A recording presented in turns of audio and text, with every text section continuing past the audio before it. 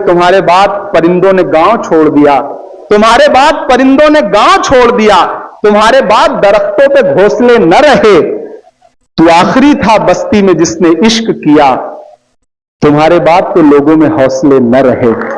वो हौसला पैदा करिए, वो हौसला बढ़ाइए। ये बड़े डरपोक लोग हैं, कोई एक मोहब्बत की आवाज अकेले मोहम्मद दीपक बन के खड़ी हो जाएगी तो पूरा नफरत का झुंड अपने आप पीछे चला जाएगा। टूटी हुई जंजीर की फरियाद है हम, और दुनिया ये समझती है कि आजाद हैं हम।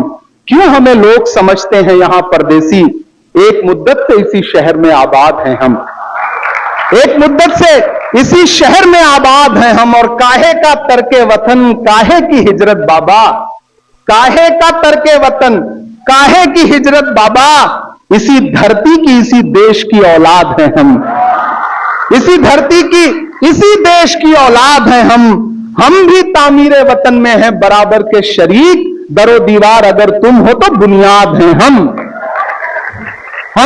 मैं देश भर के लोगों से कहना चाहता हूं, डरिए मत, हुकूमतें भले ना चाहें लेकिन बोलिए, इस तरह की महफिलें सजाइए, कल्चरल एक्टिविटीज करिए, इस हुकूमत की तानाशाही के खिलाफ कल्चरली लड़िए, सांस्कृतिक लड़ाई लड़िए, तब शायद इस लड़ाई को और मजबूती से जीता जा सकता है। मुशायरे करिए, कवि सम्मेलन करिए, सांस्कृतिक कार्यक्रम करिए और बावाजे बुलंद बोलते रहिए। कभी राहत साहब ने कहा था कि चांद एक टूटा हुआ टुकड़ा मेरे जाम का है, ये कौल मेरा नहीं हजरत खयाम का है। और हमसे पूछो कि गजल मांगता यह कितना लहू, सब समझते हैं कि धंधा बड़े आराम का है। तो ये जो पीछे बैठे हैं जब आपको शायरी सुनाएंगे तो आप बस यूं ही मत समझ लीजिएगा कि एक शायर आया और उसने कुछ शेर कह दिए।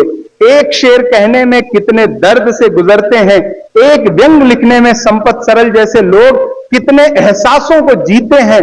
उसको सुनिए, उसको सराहिए, दुआएं दीजिए, दाद दीजिए और आज के इस कार्यक्रम को एक अलग दुनिया का कार्यक्रम बनाइए। हमारे बीच में राज्यसभा सांसद अशोक सिंह जी आए हैं, मैं उनका भी स्वागत करता हूं। वही समय पर आए, हम लोग तो पहले आ गए थे। मैं उनका बहुत बहुत स्वागत करता हूं। आइए, मैं चाहता हूं कि अब मैं कोई ताखीर ना करूं, कोई भाषण ना हो। मैंने अपने सारे अतिथियों से पूछा कि क्या आप लोग भी बोलेंगे, तो इन्होंने कहा कि इस महफिल में तो बस आज हमें आप सुनवाइए ही, हम भाषण नहीं देंगे। और मुकुल जी ने तो एक बहुत बड़ी बात कही, उन्होंने कहा कि आपने पोस्टर पर शायरों की फोटो लगा रखी है, अगली बार जब नेताओं की फोटो लगा के रखेंगे तब हम भाषण देंगे। अब मैं चाहता हूं कि इस मशायरे को मशायरे की तरफ लेके चला जाए और उस मोहब्बत को जीने के लिए आपको एक मैदान दिया जाए, एक आसमान दिया जाए, जहां अगले 2 घंटे 2.5 घंटे आप सिर्फ शायरी के रंग में डूबे रहें और मोहब्बत को जिए। हमारे जो बाकी मेहमानान हैं, मैं अपने टीम से कहूंगा कि सबको वहीं पर बुके भेंट करके एक एक करके आप सबका स्वागत कर लें। हम इधर मारूफ रायबरेलवी जो आज के इस कार्यक्रम का संचालन करेंगे उन तक पहुंच रहे हैं। मैं शायरों का तारुफ आपसे करा दूं। इस तरफ चरण सिंह बशर साहब हैं, उर्दू अदब का एक बहुत बड़ा नाम, पुलिस के एक बड़े अधिकारी के तौर पर रिटायर हुए हैं और इनका एक शेर जिसे मैंने पार्लियामेंट में कोट किया था कि ये दुनिया नफरतों के आखिरी स्टेज पर है, इलाज इसका मोहब्बत के सिवा कुछ भी नहीं होगा। ऐसे चरण सिंह बशर साहब यहां पे बैठे हैं, हम उनका स्वागत करते हैं। इस तरफ संपत सरल साहब बैठे हैं, जयपुर से हैं, राजस्थान से हैं और इनके व्यंग आपने यूट्यूब पे, सोशल मीडिया पे भर भर के देखे होंगे, मिलियंस में व्यूज आते हैं और लगातार व्यंग के माध्यम से अपनी बात लगातार पूरे देश में कह रहे हैं। हमारे बीच में अमीर इमाम साहब बैठे हैं, साहित्य अकेडमी मिल चुकी है उनकी किताब को, उनकी गजलों की कई किताब प्रकाशित हो चुकी है। बहुत खूबसूरत नाम है। नई पीढ़ी में अगर मुझसे पूछा जाए कि हिंदुस्तान की नई पीढ़ी में इमरान आप किसे बहुत पसंद करते हैं, तो मैं बेसाख्ता कहूंगा कि मैं अमीर इमाम साहब को बहुत पसंद करता हूं, मैं उनका खैर मकदम करता हूं। हमारे बीच में हिमांशी बाबरा बैठी हैं। आप सारे लोग सोशल मीडिया पे नई नस्ल और पुरानी नस्ल दोनों में उसी तरह से मकबूल हैं जैसे मकबूल होना चाहिए। तो हम नई नस्ल की उस खूबसूरत शायरा का आपके बीच में इस्तकबाल करते हैं, वो भी आज आपको शायरी सुनाएंगी।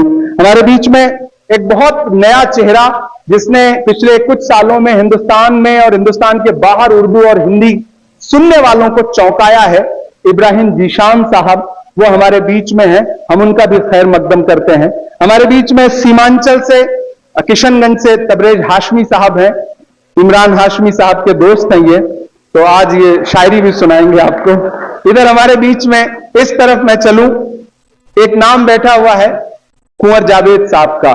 मुझे याद है प्रतापगढ़ में एक मुशायरा था और उस मुशायरे को मैं वहां जमीन में बैठ के सुन रहा था और सामने खड़े होकर के तरन्नुम में एक दाइस से एक शायर ने बड़ा खूबसूरत सा शेर पढ़ा, मैं चौंक गया। और उन दिनों से जब मैं मुशायरे सुना करता था तब से मैं उनका प्रशंसक हूं। ऐसे कुंवर जावेद साहब हमारे बीच में आए हैं, आप उनका भी खैर मकदम करें। हमारे बीच में अब्बास कमर साहब हैं, एक शेर जो बहुत वायरल हुआ, सामने वाले को हल्का जानकर भारी है आप, आपका मेयार देखा कितने मेयारी हैं आप। ऐसे आपको दरबार की आदत है, दरबारी हैं आप, बहुत मकबूल शेर है वो। ऐसे अब्बास कमर साहब हमारे बीच में हैं।